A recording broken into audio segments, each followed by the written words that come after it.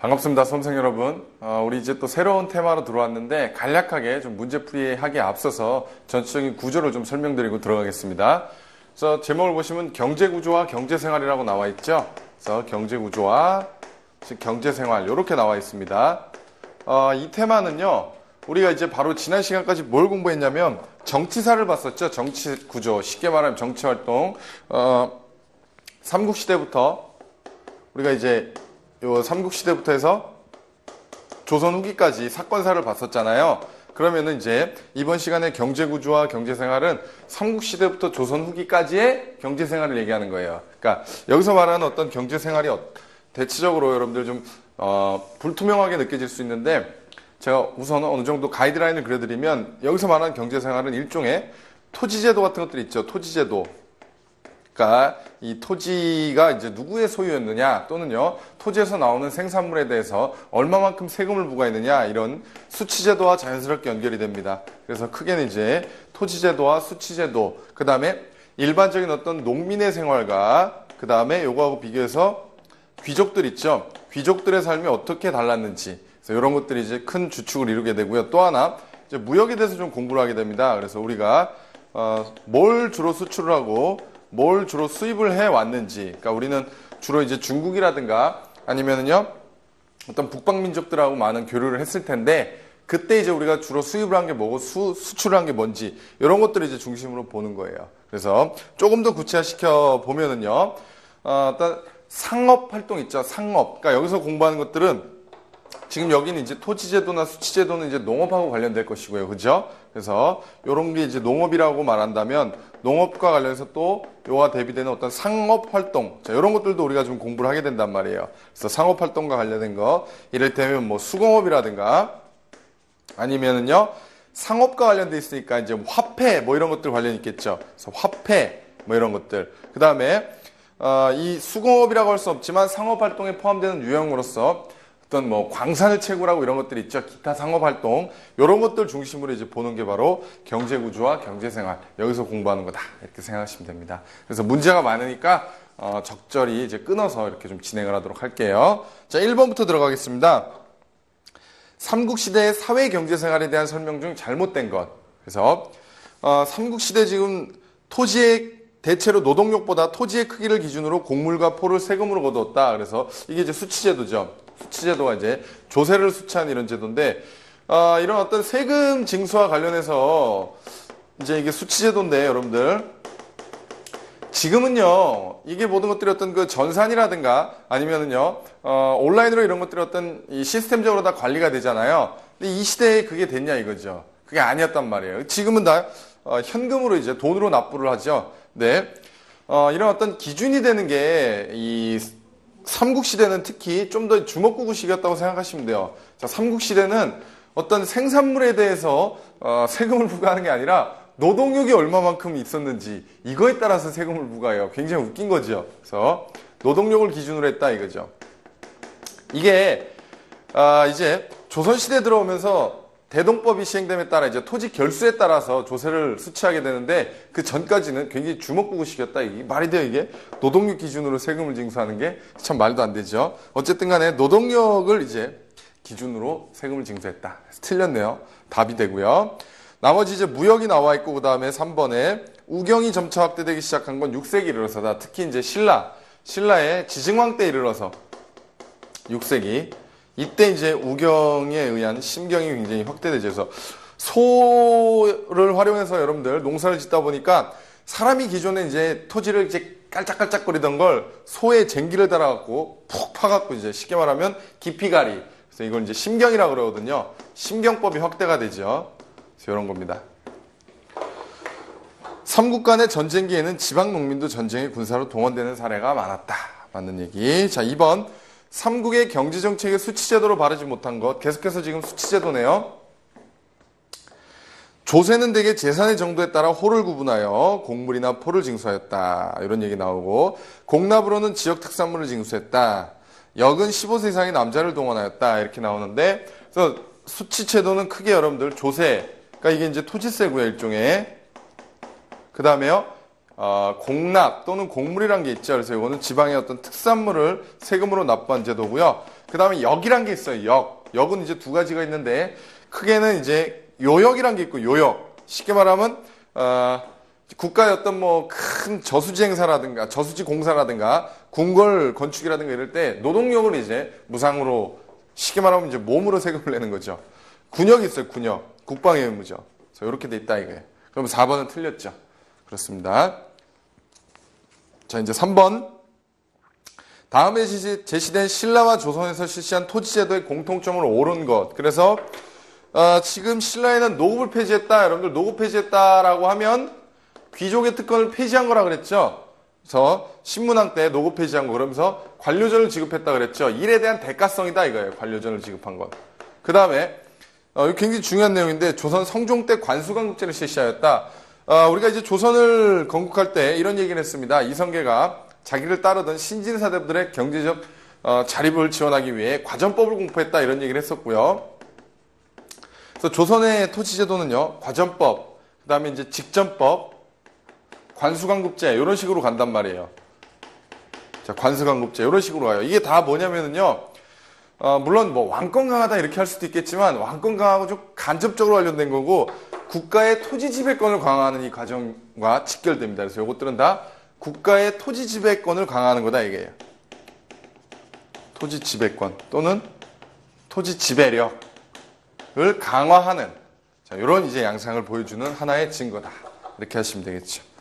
그래서 정답은 4번이 되겠죠. 4번 정확하게. 자, 좀 넘어가 볼까요? 4번으로 넘어가 보시겠습니다. 다음 중 고대 농민의 생활상으로 바르게 묶인 것. 농민은 여러분들 이렇게 생각하시면 돼요. 제가 지금 아까 농민과 귀족하고 여기서 잠깐 일로 가볼까요? 잠깐만. 여기 요거 하나만 기억하시면 웬만하면 다 해결됩니다. 자, 이 농민과 귀족하고 비교해서는요. 농민들은 항상 궁핍해요. 항상 빈곤하고 그래요. 귀족은 어때요? 항상 사치품을 선호하고 항상 좀 부유하고 이런 습성이 있습니다. 우리 역사에서는.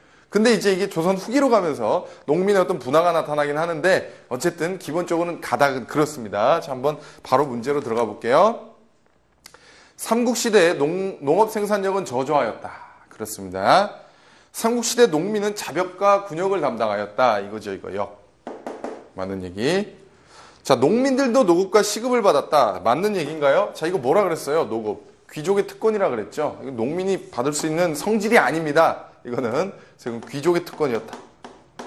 귀족, 왕족의 특권이었다.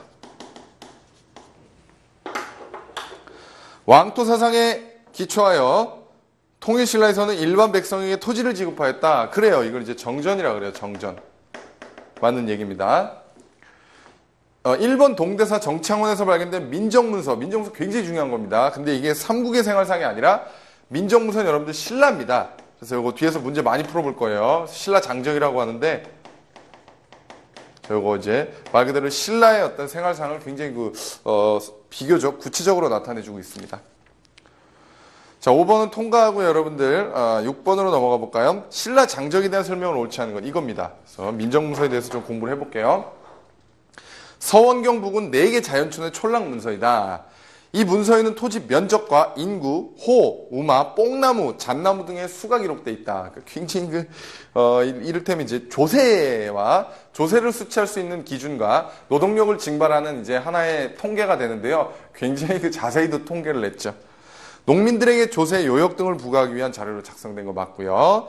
자, 호는 남녀별, 연령별로 구분하여 구등급으로 기록되었다. 이게 아니라 자, 인구하고 여러분들 호가 다르게 기록되어 있습니다. 그래서 인구하고 호인데 인구는 남녀별로 해서 이제 6등급으로 기록이 돼 있어요. 근데 지금 우리 책에는 9등급이라고 했는데 막 섞어놨죠. 그래서 요건 이제 남녀별 그다음에 연령별 이렇게 됩니다. 그다음에 이제 호에 대한 설명이 여기 조금 바꿔주시면 되겠는데 호는요 인정의 다과 쉽게 말하면 남자의 수를 기준으로 이걸 인정이라고 표현하죠. 자, 남자의 수를 기준으로 9등급으로 이제 나눴다 이거예요. 그래서 이거 지금 어떻게 틀린 거냐면 호가 지금 남녀별, 연령별로 9등급이 아니라 막 섞어놓은 거죠. 그러니까 이거는 조금 비틀어 놓은 그런 문제네요. 어쨌든 이렇게 정리를 해주시면 될 것 같아요. 7번 통일신라 시대에 대한 설명으로 맞는 것. 자, 통일신라 넘어갑니다. 여성의 인력은 조사 대상에서 제외되었다. 자, 여성의 노동력은 중요시하지 않게 그렇게 이제 처리되었다라고 하면 맞겠죠. 근데 이건 지금 뭐라고 돼 있어요? 여성의 인력 자체를 조사 대상에서 제외한 게 아니잖아요. 여기 남녀별 들어가잖아요. 인구조사에서. 그러니까 조사 자체는 들어갔지만 노동력을 이제 징수하는 호호 기준으로 할 때는 이때는 이제 남자를 기준으로 했다 이거예요. 농민뿐만 아니라 천민의 노동력도 철저히 징수되었다. 그래요. 그러니까 이거는 굳이 여러분들이 이 해설을 안 보더라도 지금 이걸 볼 때 이게 설마 뭐 특정 계층만 했겠어요? 모든 어떤 여기서 남자를 기준으로 다 했겠죠. 여기서도 남녀별 연령별이 나왔으니까 이 안에 들어갔겠죠. 나머지 관료전을 지급받은 관리는 토지에게 거주하는 백성을 상대로 조세역 등을 징수했다. 조세역을 징수하는 건 이겁니다. 노고. 굉장한 특권이에요. 촌주가 촌 단위로 10년마다 민정문서를 작성한 게 아니라 3년마다 작성을 합니다. 굉장히 중요한 문제예요. 하나하나가 다. 자, 이제 넘어가 볼게요. 자, 통일 신라의 토지제도에서 왕권 약화를 의미하는 것. 자, 통일 신라에서 여러분들 우리 정치사에서 공부를 했지만 왕권 강화를 의미하는 건 이제 그 다음에 왕권 약화를 의미하는 거 이런 거 두 개를 비교하셔야 되는데 자, 먼저 왕권 강화를 의미하는 건 이런 거죠. 한마디로 말하면 상대 등의 권한이 약화되는 것들. 그죠? 그러면서 이제 집사부 장관의 이제 시중의 권한이 올라가는 거. 이런 것들. 그 다음에 노급을 폐지하는 거. 이런 것들이 이제 다 왕권 강화를 나타내죠. 그 다음에 육두품이 왕권을 보좌하는 이런 것들. 자, 요게 이제 정치사에서 우리가 봤던 내용인데 이걸 지금 경제 측면에서 맞춰보면 이게 가장 대표적인 거죠. 그래서 노급을 폐지했다는 건 왕이 귀족을 이제 휘어잡는 거죠. 귀족의 특권을 없애버리겠다 이거예요. 근데 만약에 노급이 부활했다 이러면 왕권 강하죠. 이제 왕이 귀족한테 휘둘리기 시작하는 거죠. 그런 거예요. 이제 귀족들이 이런 어떤 자기 목소리를 내는 거죠. 그렇다면 노급이 부활됐다라는 것은 바로 왕권 약화를 의미하는 거다. 왕이 귀족에게 휘둘리고 있는 거다. 답이 1번이죠. 노급제 부활. 자, 9번. 통일신라의 경제정책으로 옳지 않은 것. 조세는 생산량의 10분의 1 정도를 수치해서 통일이 전부 다 완화하였다. 왕토 사상에 의거하여 백성이 정전을 지급했다. 맞죠? 우리 아까 잠깐 설명드렸죠. 역은 군역과 요역으로 16세에서 60세까지 남녀를 대상으로 한 게 아니라 남자죠. 그러니까 조선시대 들어가도 여러분들 여러분들 들어보셨을까요? 호패 들어보셨죠? 호패법, 신분증명서. 그게 남자한테만 줘요. 그러니까 이게 노동력의 어떤 그런, 어떤 노동력의 어떤 그 기준으로서 여성은 노동력이 없다고 생각했나 봐요. 그래서 여성들이 얼마나 힘이 좋은데요. 그렇죠? 빨랫방 막 이렇게 다듬으면서 근육도 많이 생기고 그럴 텐데 그런 건 좀 간과했던 것 같아요. 자, 어쨌든 남녀가 아니라 남자다. 이거 남자. 틀렸죠? 조금 건너뛰고요. 12번으로 한번 넘어가 볼게요, 여러분들. 자, 12번. 신라가 통일 후 다음과 같은 제도를 시행한 이유. 신라가 보시면은 정전을 지급하고요. 자, 어쨌든 정전 지급한 것도 왕토 사상에 입각해서 백성들에게 이제 토지를 나눠준 건데 일단 여기까지만 보면 모르겠으니까 더 볼게요. 자, 귀족에게 노급 대신 관료전 지급. 다시 말하면 노급을 폐지했대요. 대충 가닥이 나오죠. 노급을 폐지하고 관료전을 지급했다. 자, 하나 더 볼까요? 시급. 자, 시급은 여러분들 노급과 비슷한 거라고 생각하시면 돼요. 다만 이제 대상이 좀 다른 건데 시급을 폐지했대요. 이거는 둘 중에 하나가 되겠죠. 물론 여기까지만 볼 때는 뭐 왕권 강하다라고 할 수 있겠지만 이게 들어갔기 때문에 토지하고 관련해서 왕의 어떤 또는요 국가의 지배력을 강화하는 이 과정하고 비슷하겠죠. 그래서 그런 맥락에서 생각해 보시면은요. 목축과 수렵을 활성화하기 위해 이런 것들은 아니고 귀족들의 경제 기반 확보를 위해 이건 오히려 틀린 거죠. 귀족들의 자의적인 수치로부터 농민을 보호하기 위함이다. 그래요. 왜냐하면 이건 국가가 농민에게 지급한 토지였고요. 그 다음에요. 이 지금 노급 폐지, 시급 폐지 이거는 결론은 뭐냐면요. 귀족의 특권으로서 이 노급과 시급에는 조세를 수취할 수 있는 권한과 그 다음에 노동력을 징발할 수 있는 권한이 있거든요. 징발 권한. 국가가 이걸 폐지한 거죠. 이걸 없앰으로써 농민을 보호하고자 한다. 이런 것과 맥락이 비슷하죠. 그러니까 동시에 국가의 어떤 토지 지배력을 강화하면서 귀족의 수탈로부터 농민을 보호하기 위한 이런 이제 맥락으로 여러분들 생각해 주시면 될 것 같아요.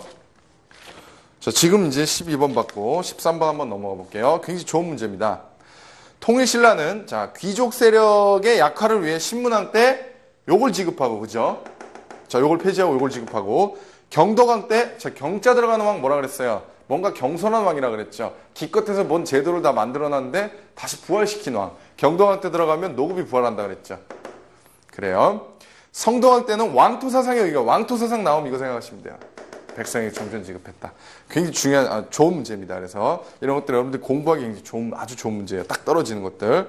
자, 13번에 그래서 답이 4번이고요. 14번 발해의 경제생활과 대무역에 대한 설명으로 발해인 거. 자, 발해로 한번 넘어가 봅니다. 당으로부터 금, 은, 불상, 자기 등을 당에 수출했습니다. 그래서 틀렸고요.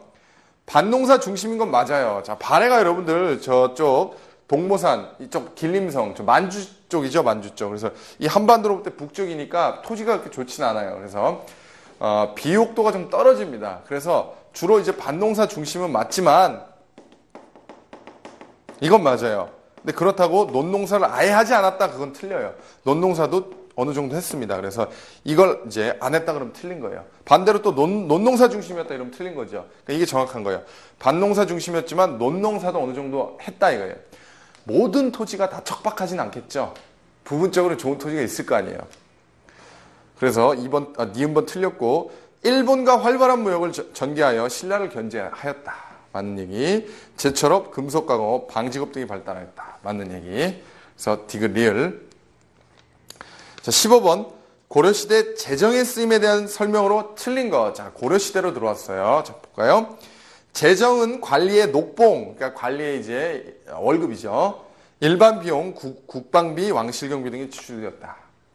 녹봉은 중앙과 지방의 문무관, 종실 등에게 지급되었다. 왕실의 공적 경비, 각종 제사 및 연등회나 팔관회, 굉장히 중요하죠. 연등회하고 팔관회. 고려는요, 여러분들 그 불교를 굉장히 숭상했죠. 조선시대 들어가면 이제 유교를 숭상하지만 고려 때까지는 굉장히 이 불교를 숭상했기 때문에 연등회와 팔관회를 굉장히 성대하게 개최했죠. 그래서 연등회는 불교 행사, 팔관회는 토착 신앙이 접목된 거죠. 그래요. 맞는 얘기. 국방비로 군선이나 무기를 제조했지만 적은 비용이 들었다. 국방비 굉장히 많이 지출했습니다. 그건 지금도 마찬가지예요. 우리 과거로 역사적으로 볼 때 국방비에 대한 어떤 지출 비중이 굉장히 높았습니다. 가볍게 넘겨주시면 될 것 같아요. 자, 16번. 자, 이쪽으로 가서 이제 좀 설명을 드려볼게요. 고려시대의 경제에 대한 설명 좀 옳지 않은 것. 자, 계속해서 고려고요. 고려 초에 상품 매매에 이용된 교환 숫자는 대체로 곡물과 포였으나 숙정 때, 이제 고려 숙정을 얘기합니다. 여러분들. 조선에도 숙정이 있지만 고려에도 숙정이 있어요. 전폐, 은병 등이 주저되어 널리 유통됐다. 틀렸습니다. 조선 숙정 때 여러분들. 상평통보가 널리 유통됩니다. 상평통보가 전국적으로 유통돼요. 그러니까 쉽게 말하면 뭐냐면요. 물론 고려든 조선이든 농업만 한 게 아닙니다. 농업만 한 게 아니라 상업도 했어요. 자, 농업은 화폐하고 큰 관련이 없죠. 농사를 지어서 그걸 이제 자기가 먹고요. 그 다음에 이제 일정 부분은 세금을 내는 건데 상업은 화폐를 필요로 하죠. 물물 거래를 하니까.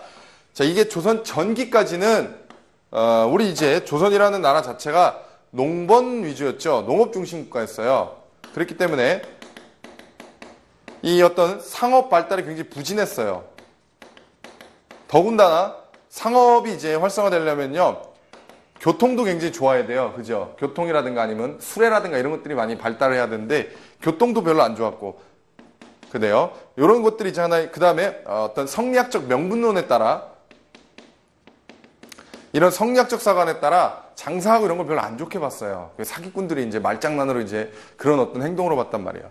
상업 발달이 부진했는데 조선 후기로 들어가면서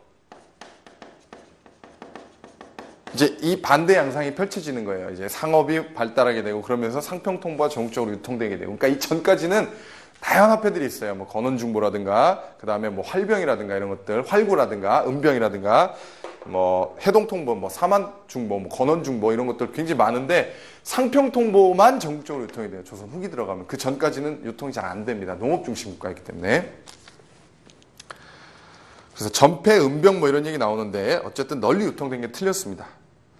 그 다음에 이제 나머지 쭉 보시면 될 것 같아요. 그렇게 나머지는 한번 읽어보시면 될 것 같고요. 자, 17번. 고려시대 상업활동으로 바르지 않은 것. 고려의 상업은 도시를 중심으로 발달한 거 맞고요. 매점, 매석과 같은 성행위를 감독하는 경시설을 둔 거 맞습니다. 도시상업에서는 행상의 활동이 들어졌다. 자, 행상은요, 여러분들, 일종의 보따리 장사라고 생각하시면 좋아요. 그래서 도시에서 하는 게 아니라 주로 이제 지방, 쉽게 말하면 이제 시장이죠. 지방 시장을 중심으로 돌아다녔고, 그래서 우리 해석에도 나와 있죠. 행상의 활동은 지방상업에서 두드러졌으며, 대도시에서는 관영상점을 두어 관청의 수공업장에서 생산한 물품을 판매하였다. 그래서 이게 이제 조선시대 들어가면 주로 보부상들이 활동을 합니다. 그래서 지방 장시에는 고려, 조선. 그래서 이제 보부상들이 지방의 어떤 상업, 이런 어떤 그 시장들을 연결한단 말이에요. 자, 이렇게 보시고. 18번도 굉장히 중요한 내용이네요. 다음에서 설명하는 것과 관계 있는 것. 문벌귀족의 세습적인 경제적 기반. 잠깐 좀 복습을 해볼까요? 우리가 이제 그런 얘기를 했어요. 고려시대 지배계층 변천사로 이 호족에서 문벌귀족으로 넘어갔다. 이런 얘기를 하면서 제가 이 문벌귀족이 되는 데 있어서 두 가지 기반이 있었다 그랬는데, 하나가 바로 무시형 관리 등용제도인 음서제와 그 다음에 이들의 특권으로서 지급된 토지로서 공음전이 있었다, 이 얘기를 했거든요. 지금 요 얘기를 하고 있습니다. 자, 계속 한번 읽어볼게요. 5품 이상의 관료가 되어야 지급되는 토지, 음서제와 함께 귀족의 지위를 유지했다. 지금 이렇게 얘기를 하고 있죠. 중요한 얘기입니다. 그래서 공음전이고요. 나머지 토지에 대해서도 해설이 나와 있으니까 반드시 한번 읽어봐 주세요. 자, 고려시대의 경제정책으로 바르지 않은 것. 자, 농업 안정책으로 개간을 장려하고 농번기에는 자벽 동원 금지를 했다. 그러니까 자벽 동원을 금지했다죠. 맞는 얘기. 농민 안정책으로 재시 조세를 감면하고 고리대의 이자를 제한하고 의창. 그래서 굉장히 중요합니다. 의창. 그래서 춘대춘합의 빈민구제법인 고구려의 진대법을 계승한 거죠. 그래서 빈민구제하는 겁니다. 그러니까 쉽게 말하면 춘대춘합이죠. 자, 봄철에는 여러분들 이제 봄철에는 추수기가 아니기 때문에 이제 씨를 뿌리는 단계죠. 그래서 먹을 게 없단 말이에요. 그러니까 봄철에 곡식을 대여해주고 가을에 이제 추수를 한 후에는 이제 납부하는, 이자를 조금 쳐서 납부하는 이런 형태죠. 나중에 근데 다 이런 고리대로 변질하죠. 자, 계속 볼게요. 소에서는 수공업을 생산하여 곡물로 바쳤다. 그래서 고려시대는 여러분들 향소부곡이라는 특수행정구역이 있었단 말이에요. 근데 이 특수행정구역이긴 한데 여기는 여러분들 천민들이 거주하는 곳이 아닙니다. 천민들은 아니에요. 평민이지만 일반 백성보다 굉장히 쉽게 말하면 세금이 굉장히 높았어요. 세금이 이제 과도했고, 그 다음에 특히 향하고 부곡에서는 주로 농업을 했고, 소에서는 이제 주로 수공업을 했다. 그래서 소수공업 이런 말 하는 거예요. 자, 계속 봅니다. 농업 경제뿐만 아니라 상업과 수공업도 함께 발달했다. 틀렸죠. 상업과 수공업이 발달한 건 바로 이때입니다. 조선 후기. 자, 20번 고려시대 행해지던 농업기술을 고른 것. 자, 이모작가 여러분들 이양법, 특히 이제 이양법은요, 고려 말, 이게 이제 모내기법이에요. 이양법과 관련해서는 굉장히 함정을 많이 팝니다. 이게 이제 고려 말 남부 일부 지방에 나타나긴 합니다. 고려 말 남부 일부 지방에 일부에 등장은 해요. 이양법이 이제 발생은 하긴 하는데 이게 전국적으로 보편화되는 건 이건 마찬가지로 조선 후기입니다. 조선 후기 들어가야 돼요. 왜냐하면 모내기법을 하려면 일단은요, 수리시설이 굉장히 잘 돼 있어야 돼요. 그죠? 저수지가. 그래서 저수지가 확충이 돼야 됩니다. 이런 것들. 굉장히 중요한 거예요. 제일 중요한 거예요, 이게. 그러니까 남부지방은 어때요? 햇빛 잘 들죠? 평야가 있죠? 그 다음에 강을 끼고 있죠? 그러니까 모내기법을 할 수 있는 자연환경이 조성이 되는데 그 외의 지방에서는 이렇게 인공적으로 돼야 되는데 이런 게 힘들었다 이거죠. 그 정도. 그래서 윤작법과 돌려짓기 하는 거죠. 그 다음에 심경법. 심경법은 고려 때 이미 보편화됐죠. 이미 신라 때부터 나타나기 시작했고. 그래서 디귿 리을이 맞는 얘기고요. 21번 넘어갑니다. 이것도 같은 얘기네요. 고려시대 농업발전 과정이 아닌 것. 자, 소를 이용한 기피갈이 반농사에서 2년 3장 윤작법 돌려짓기. 그 다음에 논농사에서 이양법이 전국적으로 일반화되었다. 같은 얘기죠. 이게 굉장히 중요한 얘기입니다. 자, 22번. 고려시대의 수치제도에 대한 설명으로 옳은 것. 그래서 수치제도는 항상 여러분들 세금징수와 관련이 있다 이거예요. 세금징수. 볼까요? 조세에는 토지의 비옥도에 관계없이 일정하게 부과되었다. 토지의 비옥도에 따라 3등급으로 구분을 했고요. 그래서 틀렸고요. 반농사에서 아니죠. 토지를 소유한 모든 농민들은 조세로 생산량의 반을 냈다. 10분의 1이라고 우리 아까 좀 전에 봤었는데 병작반수가 조선시대 들어가면 성행을 합니다. 그러니까 다시 말하면 이게 국가가 이제 토지 지배권을 상실해가는 과정이에요. 양반놈들이 자기 어떤 토지를 이용해갖고 그걸 이제 쉽게 말하면 임대차를 맡기는 거죠. 노비라든가 아니면 농민들한테 경작자로 이제 쓰면서 네가 이거 내 땅에서 농사를 지어라. 그리고 반땡을 해줘라. 이거예요. 병작반수. 이건 조선시대에 이제 막 나타나기 시작합니다. 50% 반띵해 가는 거. 완전 도둑놈이죠. 역은 정남이라 하여 모든 남자가 아니라 모든 남자가 아니겠죠. 16에서 60세의 정남 남자들. 그래서 틀렸네요. 곡물은 매년 내는 상공과 수시로 내는 별공이 있었다. 정답입니다. 그래서 곡물은 여러분들 특산물, 지방의 특산물을 내는 건데 이게 가장 폐해가 심했어요. 폐단이 가장 심했었습니다. 그래서 이 정도 하고 여러분들 몇 문제만 좀 더 풀 건데 잠깐 좀 칠판을 지우고 그 다음에 좀 진행을 하도록 하겠습니다. 자, 이제 다음 장으로 넘어가서 보시겠습니다. 23번으로 넘어가 볼게요. 23번 보시면 고려의 전시과 제도에 대한 설명으로 바른 것. 자, 전시과는요. 우리가 이제 조선에는 여러분들 이런 과전법이 있었다. 이런 얘기를 했죠. 과전법, 뭐 직전법, 관수관급제 이렇게 나갔잖아요. 고려의 토지제도는 이제 전시과가 있습니다. 전시과. 그래서 이 토지제도가 뭘 말하는 거냐면 관리들의 월급을 어떻게 지급할 거냐 이렇게 생각하시면 돼요. 자, 관리들의 월급을 어떻게 지급할 것이냐. 자, 지금 여러분들 공무원들 월급 어떻게 지급해요? 매달 25일 되면 통장으로 딱딱 들어오잖아요. 근데 이때 무슨 뭐 은행이 있나요? 폰뱅킹을 해요? 그런 게 아니잖아요. 그러니까 관리들한테 토지를 줬어요. 근데 그 토지에 대한 소유권을 준 게 아니라, 자, 잘 기억을 하세요. 이 지금 말하는 전시과라든가 과전법 이런 토지제도는 관리의 월급으로 생각하시고 국가가 관리에게 토지의 수조권을 지급했어요. 수조권을 부여해요. 무슨 말이에요? 이 토지를 네가 가져라. 땅값이 오르면 팔아서 월급에 써라. 이게 아니라 수조권만 부여했어요. 토지 일정 부분을 주면 거기에서 백성들이 농민들이 농사를 지을 거 아니에요. 그럼 그 농민들한테 세금을 걷어서 너희 월급으로 해라. 이런 개념이에요. 그러면 이제 전시과는 어떤 개념이냐? 전지와 시지에 대한 수조권을 부여한 그런 이제 제도인데 전지는 쉽게 말하면 이게 토지고 시지는 이게 임야를 얘기합니다. 임야. 자, 이래요. 관직이나 직역을 담당한 자에게 지급하였다. 맞는 얘기. 국가가 농민들에게 토지를 균등히 나누어준 제도, 이거 완전 틀렸죠. 관리는 수조권을 받았으며 이는 원칙적으로 세습할 수 없습니다. 수조권자는 받은 수조권자를 마음대로 처리할 수 있었다. 이거 아니죠. 수조권을 부여했는데 이걸 마음대로 처리하면 소유권을 준 거나 마찬가지죠. 아니라 그랬잖아요. 자, 고려시대 수공업에 대한 설명으로 틀린 것. 그래서 여러분들 여기 보시면은요. 고려시대 수공업은 조선과 비슷한 맥락이라고 보시면 돼요. 자, 고려나 조선이나 자, 이렇게 두 개 다 전기에는 주로 국가가 중심이 돼요. 수공업이. 그래서 관청수공업. 이건 이제 같은 말로 관영수공업이다 이렇게도 표현해요. 국가가 중심이 돼서 이제 수공업을 이끌어요. 후기로 들어가면 이제 주로 민간 수공업이 이제 나타나게 되는 이런 형태로 갑니다. 그래서 이거는 두 개 다 비슷한 맥락이라고 생각하시면 돼요. 자, 그래서 2번이 틀린 거예요. 고려 후기에는 관청수공업과 소수공업이 중심이 되었는데 이건 전기입니다. 전기를 얘기해요. 그래서 틀린 거예요. 자, 25번. 고려시대 사회계층 이동과 가장 관련이 없는 거. 자, 가볍게 보겠습니다. 향리들이 과거를 거쳐 관리가 되었다. 외거노비가 재력을 쌓아 양인이 되었다. 그래서 노비는 여러분들 크게 이제 솔거노비하고 외거노비가 있거든요.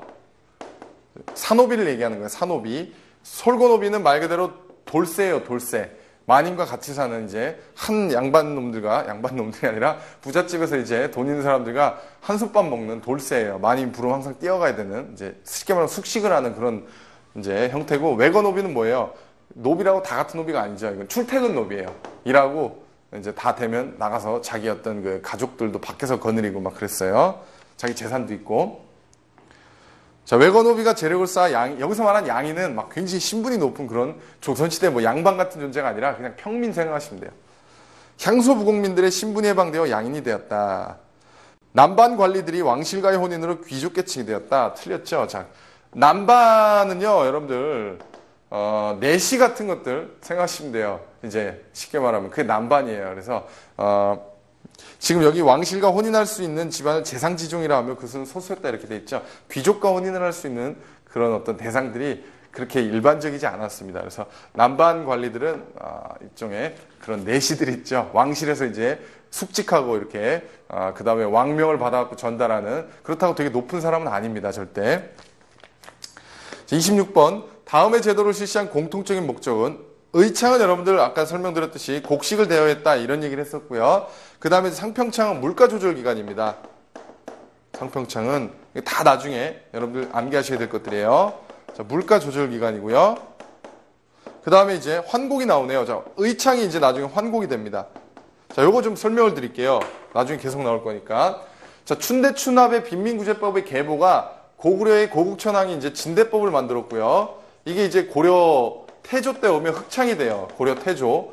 그 다음에 고려 성종 때 의창이 되고, 그 다음에 이게 조선으로 들어가서 이제 환곡으로 자리 잡습니다. 나중에 이제 환곡이 사창으로 이제 변모하는 이런 형태를 보이게 되는데 다 비슷한 맥락이라고 보시면 돼요. 자, 어쨌든 간에 농민생활 안정이다 이런 얘기예요. 다. 그래서 이렇게 가면서 점점 변질이 됩니다. 이게 나중에 이게 환곡의 어떤 폐단이 나타나요. 아까 말씀드렸다시피 고리대로 변질합니다. 자, 27번 다음에서 설명하고 있는 대상은 무엇인가? 일정한 기금을 만들어 그 이자를 공적인 사업의 경비로 충당할 목적으로 마련된 것이나 오히려 이자 취득에만 급급하여 농민들의 생활에 막대한 폐해를 끼쳤다. 그래서 기금이라 그랬죠. 그래서 기금이라고 설명드린 게 단서입니다. 이제 기금을 보라 그래요. 보. 그러니까 이게 여러 가지가 있는데요. 이를테면 여러분들 이렇게 생각하시죠. 재단, 장학재단 같은 것들 있죠. 그게 이제 학보 이렇게 되는 거예요. 그 다음에 팔관의 행사를 위한 재단, 뭐 팔관보. 그 다음에 불교 경전 간행을 위한 재단, 그 다음에 뭐 경보 이런 식으로. 그 다음에 빈민구제를 위한 재단, 재위보 이런 식으로. 이렇게. 그래서 나중엔 이것들이 다 그래요. 항상 처음에는 목적이 좋지만 뒤로 갈수록 못돼 먹은 사람들이 이걸 이제 악용을 하죠. 이자 고리대로. 28번 고려시대의 수치제도에 대한 설명으로 바르지 못한 것. 호적을 작성하고 토지를 조사하여 세금을 걷었다. 집집마다 토산물을 곡물을 거두었는데 조세보다 부담이 적었다. 은연중에 언급을 했죠. 곡물이 굉장히 그 폐단이 많았습니다. 곡물이 가장 폐단이 심했어요. 공납비리 막 이런 얘기 있잖아요. 자, 곡물이 가장 비리도 많았고 그 다음에 굉장히 폐단이 심했어요. 그래서 이거 조선시대 들어가면 아주 자세히 논의를 하게 됩니다. 그래서 나중에 이게 조선 때 들어가면 이거 폐지되고 대동법으로 바뀌게 되죠.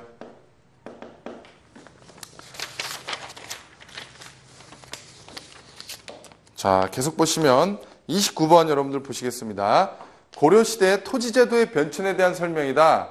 시대순으로 바르게 나열된 것. 자, 이거 전시과에 대한 설명입니다. 그래서 전시과에 대해서 이제 전시과가 바로 전시과가 된 게 아니라 이게 처음에는 여러분들 고려태조 왕건이 고려태조가 고려를 건국하는 데 있어서 자기의 어떤 쉽게 말하면 자기를 따라서 이제 고려 건국에 공이 있는 사람들을 훈공을 따져서 이제 토지를 나눠준 형태로 시작했어요. 다시 말하면 고려태조가 논공행상, 공을 논해서 상을 이제 행한다라는 뜻으로 해서 역분전으로 시작을 하게 됩니다. 그래서 여기 이제 역분전이었어요.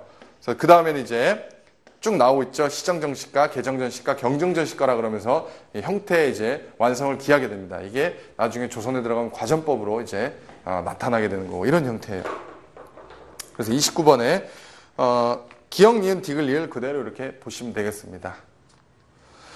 자, 30번 가볍게 보고 오늘 수업은 여기까지 좀 하도록 할게요. 자, 30번에 여러분들 쉽게 풀 수 있죠. 고려시대 농업에 대한 설명으로 옳은 것만을 묶은 것. 우경에 의한 심경법이 보급됐다. 사실 여러분들 보급됐다고 하기보다는 일반화됐다. 이게 더 맞는 얘기죠. 근데 어쨌든 그런 의도로 쓴 거니까 우리는 실제 시험이 나오면 일반화됐다 이렇게 나오겠죠. 2년 3장의 윤작법 보급된 거. 벼와 보리 이모작은 조선 들어가서 12법의 발달로 휴경지가 소멸됐다.